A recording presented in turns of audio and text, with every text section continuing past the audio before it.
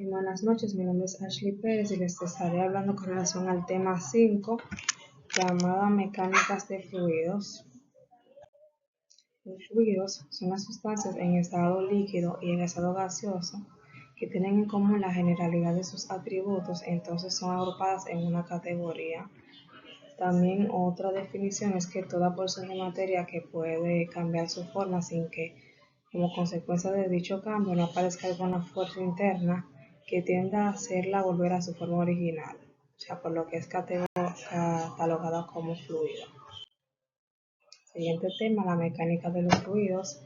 Es la rama de la física que es encargada del estudio del estado de reposo y de movimiento de los fluidos, utilizando los principales básicos de la mecánica. Entre ellas están las leyes de Newton, el principio de conservación de la materia, también el principio de conservación de la energía y por último el principio de conservación de la cantidad de movimiento. Siguiente tema, la densidad. O sea, la densidad viene siendo la constante de proporcionalidad entre la masa y el volumen de una sustancia dada, o sea, que viene siendo como la cantidad física asociada a la sustancia, por lo que se le denomina lo que es densidad.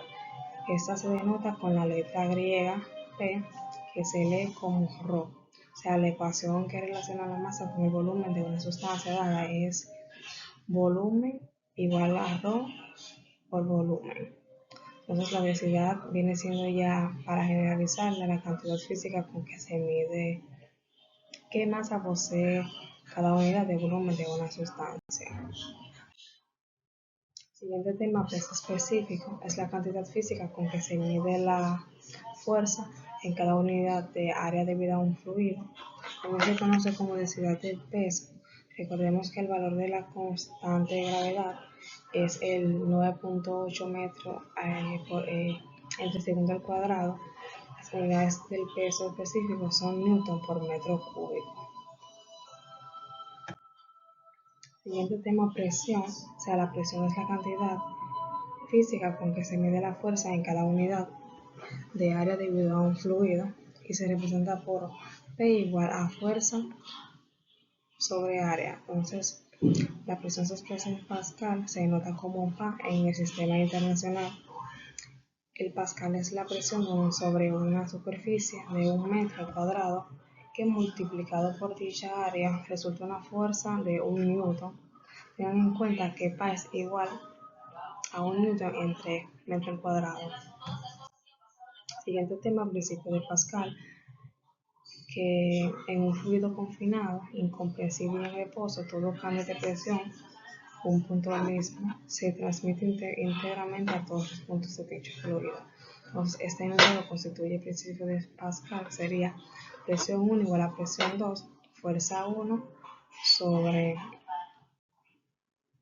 aceleración 1 igual a fuerza 2 sobre aceleración 2. Está la ecuación fundamental de la estática de los líquidos. Esta viene siendo la ecuación con la que se obtiene la presión en un punto de un líquido en reposo, que viene siendo ρ igual a masa por volumen. Las densidades de la mayor parte de los sólidos y líquidos son aproximadamente independientes de la presión y la temperatura.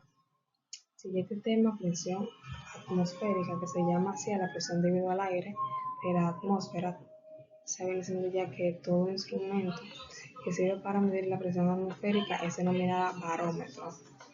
Entonces los instrumentos que normalmente usamos para medir la presión registran un valor cero cuando entran en contacto con la atmósfera. Solo podemos obtener una lectura de la presión si la presión excede a la atmosférica o está por debajo de la atmosférica. Entonces esos instrumentos de medida de presión se les llaman manómetros. Entonces, si se mide la presión con un barómetro, el valor obtenido es denominado presión absoluta. En cambio, al medir con un manómetro, la presión obtenida en presión manométrica. Entonces sería la siguiente fórmula, donde Pm es la presión manométrica, P sería la presión absoluta y PATM sería la presión atmosférica. Entonces tenemos también lo que es el principio de Arquímedes, Todo cuerpo sumergido, parcial o totalmente en un fluido, recibe una fuerza debido a esta llamada fuerza de flotación o empuje, la cual se denota como E. Este principio enuncia que todo cuerpo sumergido parcial o totalmente en un fluido recibe una fuerza vertical hacia arriba debido al fluido cuya magnitud es igual al peso del fluido desalojado por el cuerpo. Entonces, por último, tenemos lo que es la tasa de flujo o caudal, que está bien siendo la cantidad física con que se mide el volumen de fluido que atraviesa una sección de tubo de flujo en cada unidad de tiempo. En el sistema internacional, la tasa de flujo se expresa en metro al cúbico sobre segundo, también otras unidades, centímetro al cúbico sobre segundo, litros sobre segundo y galón sobre segundo. Tenemos también que la tasa de flujo vendría siendo igual a la tasa de flujo de un intervalo de tiempo dado.